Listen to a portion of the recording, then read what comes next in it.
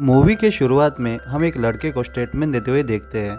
इस लड़के का नाम होता है ताशी और उससे एक लड़की तनु के रेप के बारे में दानिश करके एक लॉयर पूछताछ कर रहा था। और जिसने रेप किया था वो एक पॉलिटिशियन का लड़का था जिसका नाम होता है विजय। और ये इंसिडेंट वैलेंटाइन के दिन हुआ था। इसके बाद ताशी कैमरा बंद करने को कहता है लेकिन दानिश उसको मना कर देता है। ताशी कहता है तनु एक नंबर की घटिया लड़की थी और विजय एक अच्छा लड़का था और तनु मीटू मूवमेंट का गलत फायदा उठा रही है। उसके बाद मूवी पास्ट में जाती है और हम मूवी में विजय और नांसी को देखते हैं जो कि रिलेशनशिप में होते हैं। नांसी और विजय को देखकर ऐसा लगता है कि वो एक दूसरे के लिए बहुत सीरियस है। विजय का एक बैंड होता है और वो उस बैंड का सिंगर होता है और नांसी उस बैंड के लिए सॉन्ग लिखती है। स्टेज पे तनु होती है जो धनपत से होती है। वो विजय के साथ फ्लर्ट करने लगती है और सबके सामने एक अडल्ट पोएम गा के सुनाती है और नान की ये सब देख रही होती है। इसके बाद ताशी दानिश को बताता है कि तनु आसानी से देने वाली लड़की थी।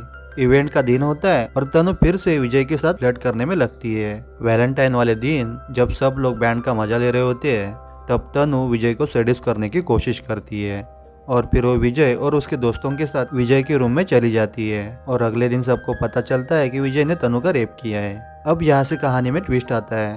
सबको लगता है कि तनु अटेंशन पाने के लिए मीटू मूवमेंट का यूज कर रही है क्योंकि वो पहले से ही विजय में इंटरेस्टेड थी। इसके बाद दानिश विजय का स्टेटमेंट लेता है और सब लोग विजय को इनोसेंट बताते हैं लेकिन कॉलेज का एक अलग ग्रुप तनु के फेवर में होता है।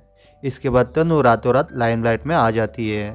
यहाँ पर नैन्सी दानिश को कहती है उसका बॉयफ्रेंड तनु का रेप नहीं कर सकता, वो उसकी गर्लफ्रेंड बनना चाहती थी। लेकिन जब विजय ने मना किया तो उसने विजय पे रेप का इल्जाम लगा दिया।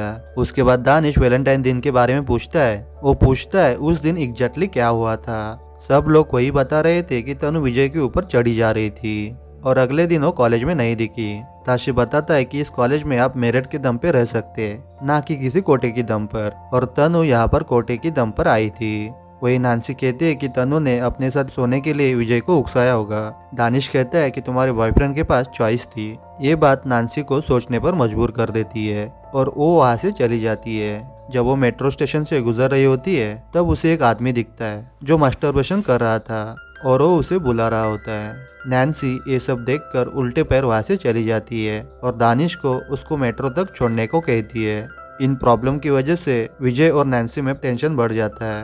नैन्सी गुस्से में आकर उसके कार से निकल जाती है और वहाँ पर रास्ते में एक ट्रक वाला नैन्सी को छेड़ता है। इसके बाद विजय ट्रक वाले को बहुत गाली देता है। अगले सीन में हमें दिखाया जाता है कि नैन्सी कमला मैम को तनु के बारे में पूछती है और फिर कमला मैम उसे वैलेंटाइन डे के रात के बारे में बताती है। वो बताती है कि उस रात 2:30 बजे तनु उसके पास आई थी और उसने बताया था कि विजय प्रताप सिंह ने उसका रेप किया है और वो पुलिस के पास जाने को कह रही थी। लेकिन वार्डन उसे विजय के घर लेकर आती है और उससे बात करने की कोशिश करती है लेकिन वो किसी के साथ बात नहीं करती। उसने खुद को साफ भी नहीं करने दिया ताकि एविडेंस मिट न जाए। वो कमला मैम के रूम के बाहर 10 घंटे तक बैठी रही। नैन्सी पूछती है क्या उसकी बॉडी में कोई ब्लड लगा था, लेकिन कमला इसके बारे में कुछ भी नहीं बता पाती। वहाँ से तनु कॉलेज में आती है और रैली में हिस्सा लेने के लिए बाकी लोगों को उकसाती है। इस कांड के बाद तनु न्यूज और ट्विटर में सेंसेशन बन जाती है। तभी ये वार उल्टा पड़ जाता है कि तनु को केस वापस लेने के लिए पैसे मिले थे और इस वजह से तनु गिल्टी है और बिना सबूत की वजह से तनु कुछ नहीं कर सकती और उसके एलिगेशन बेबुनियाद माने जाएंगे। अगले सीन में हम देखते हैं कि नैन्सी विजय के साथ इंटीमेट होकर जा रही होती है तब उसे गलती से बिस्तर पे वाइन गिर जाती है और उसे देखकर नैन्सी को लगता है जहाँ पर नैन्सी का रेप हुआ था उस बेड पर भी खून के निशान होंगे। इसके बाद नैन्सी विजय के हॉस्टल में जाती है और विजय का रूम चेक करती है लेकिन वहाँ पर उसे कोई भी ब्लड का निशान नहीं दिखता। एविडेंस के कमी के कारण विजय कोर्ट को रिहा कर देती है। इसके बाद विजय के डैड एक ग्रैंड पार्टी देते हैं। पार्टी में दानिश भी होता है और नैन्सी दानिश को उसके साथ ड्रिंक करने को कहती है लेकिन दानिश कहता है कि उसे यहाँ घिन आ रही है।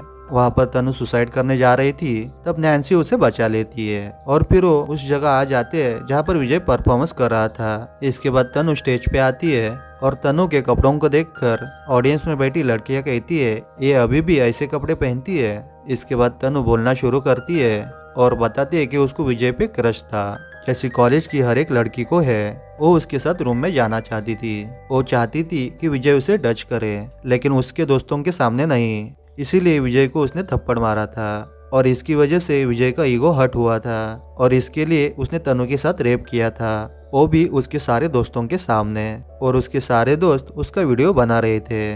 तनु को काफी दर्द हो रहा था और तभी उसको एक आवाज आती है किसी के मोबाइल की मैसेज ट्यून की, और वो केपी के फोन की ट्यून थी। इसके बाद तनु केपी के पास आती है और उसको सब कुछ बताने को कहती है। इसके बाद नैन्सी कहती है कि तनु तुम बिल्कुल विजय की तरह हो, उसे भी अटेंशन चाहिए और तुम्हें भी, लेकिन सिर्फ लड़कियों को ही समझाया जाता है, उन्हें लड़कों के सामने कैसा बिहेव करना चाहिए, लड़के तो कुछ भी कर सकते हैं। उसके बाद केपी बता देता है कि उसने विजय को तनु का रेप करते हुए देखा था। उसके बाद सब लोग शांत हो जाते हैं और विजय वहां से जाने लगता है, लेकिन उसके खुद के दोस्त उसको वहां से जाने नहीं देते। इसकी वजह से उसको ऑडियंस के बीच में जाना पड़ता है और सब स्टूडेंट विजय के लिए सेम सेम का नारा लगाते हैं। इसके बाद नैन्सी कहती है कि वो शर्मिंदा है, उसने एक रेप जैसे इंसिडेंट को हल्के में लिया, लेकिन फिर वो बताती है जब वो 13 साल की थी तब उसके साथ रेप हुआ था, लेकिन कॉलेज के डीएम ने उसको चुप रहने को कहा था। इसके बाद वो रात को सो नहीं पाती थी और इसकी वजह से वो डिप्रेशन में चली गई थी।